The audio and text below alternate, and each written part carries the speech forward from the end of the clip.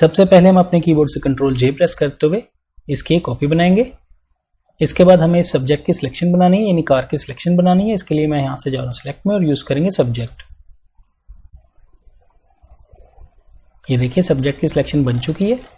Tyre से selection को थोड़ा बेहतर करने के लिए क्विक सिलेक्शन टूल सेलेक्ट कर रहा हूँ और यहाँ से ये देखिए सिलेक्शन को बेहतर करेंगे। इसी तरह फ्रंट वाले टायर को भी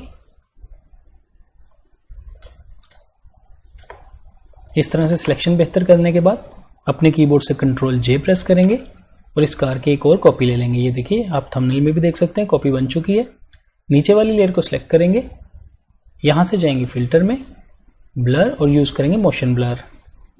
यहाँ मोशन ब्लर में आने के बाद इसके एंगल को हम यहाँ 0 टाइप करेंगे और डिस्टेंस को यहाँ पे मैं 35 टाइप कर रहा हूँ।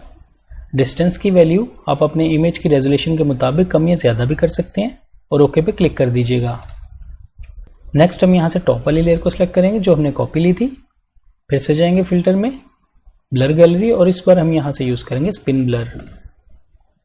यहाँ स्पिन ब्लर में आने के बाद इसकी एक वैल्यू ऑटोमेटिकली आपको दिख रही होगी। इसको यूँ ड्रैग करते हुए यहाँ टायर के सेंटर में लेके आएंगे, थोड़ा जूम इन करते हैं और इस वाइट वाले डॉट से इसको यूँ ड्रैग करते हुए रिसाइज करेंगे और टायर के मुताबिक इसको लेके आएंगे। ये देखिए।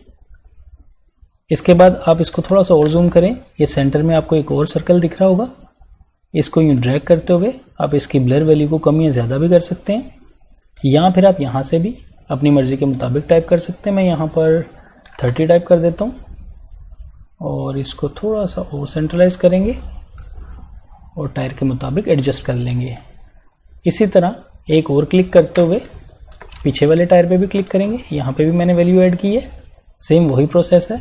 इसको भी रिसाइज करेंगे टायर के मुताबिक और इसकी वैल्यू को भी यहाँ से थोड़ा सा ज़्यादा करेंगे, यानी इसको भी मैं यहाँ पे 30 टाइप कर देता हूँ। ये तमाम वैल्यूज़ देने के बाद ओके पे क्लिक कर देंगे। कंट्रोल 0 प्रेस करते हैं, इसे फिट टू स्क्रीन देखेंगे। अब आप देख सकते हैं हमारा जो स्टैटिक इमेज था वो मूविंग कार में दिखने लगा। ये देखिए बिफोर एंड आफ्टर। इस तरह ये सिंपल सेटिंग्स अप्लाई करते हुए आप भी अपने इमेज पर इस तरह का इफेक्ट इजीली अप्लाई कर सकते हैं। आई होप आपको आज का ये छोटा सा ट्यूटोरियल अच्छा लगा होगा।